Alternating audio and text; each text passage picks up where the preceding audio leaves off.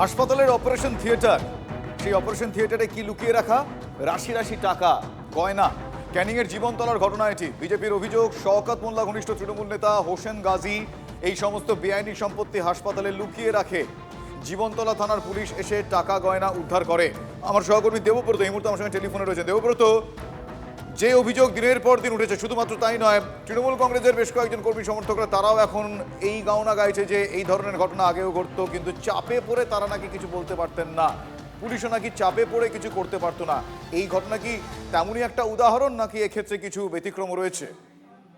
দেখো, এর আগেও আমরা দেখেছি বাংলার একটা সংস্কৃতি, সেখানে হসপিটালের মধ্যে তৃণমূল নেতা তার কুকুরের ডায়ালিসিস হচ্ছে এসএসকে মস্তায়। ঠিক তেমনি আজকে আমরা দেখলাম জীবনতলা যে মটরদিঘি গ্রামীণ হাসপাতাল, সেই হাসপাতালের মধ্যে অপারেশন থিয়েটারের মধ্যে শাহরুখ শেখ বলে একজন ডক্টর, তার সহযোগিতায় স্থানীয় যিনি শওকত মোল্লা আছেন, তার ঘনিষ্ঠ বলে পরিচিত হোসেন শেখ, তার বিপুল পরিমাণে সোনা, এবং শুধু সোনা নয়, সেখানে গাড়ির চাবি, দলিলপত্র এবং যে পরিমাণে টাকা, বিপুল পরিমাণে টাকা সেখানে রয়েছে।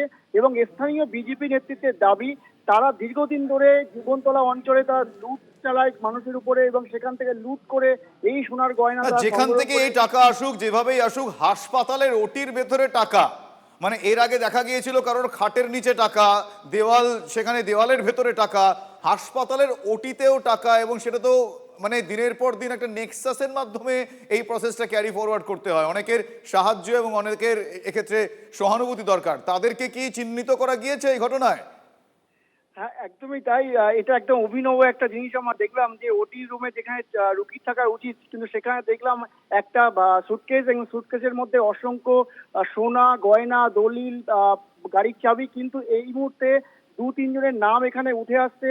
একজন হচ্ছে হোসেন গাজী, যিনি হচ্ছে শওকত মোল্লা ঘনিষ্ঠ, এবং স্থানীয় যিনি হচ্ছে বুথ সভাপতি রয়েছে তৃণমূল কংগ্রেসের জীবনতলাতে, তার নামও উঠে আসছে এই ঘটনায়। এবং ডাক্তারবাবু যিনি যে স্টেটমেন্ট দিয়েছেন, তিনি কার্যত আমাদের ক্যামেরার মুখে।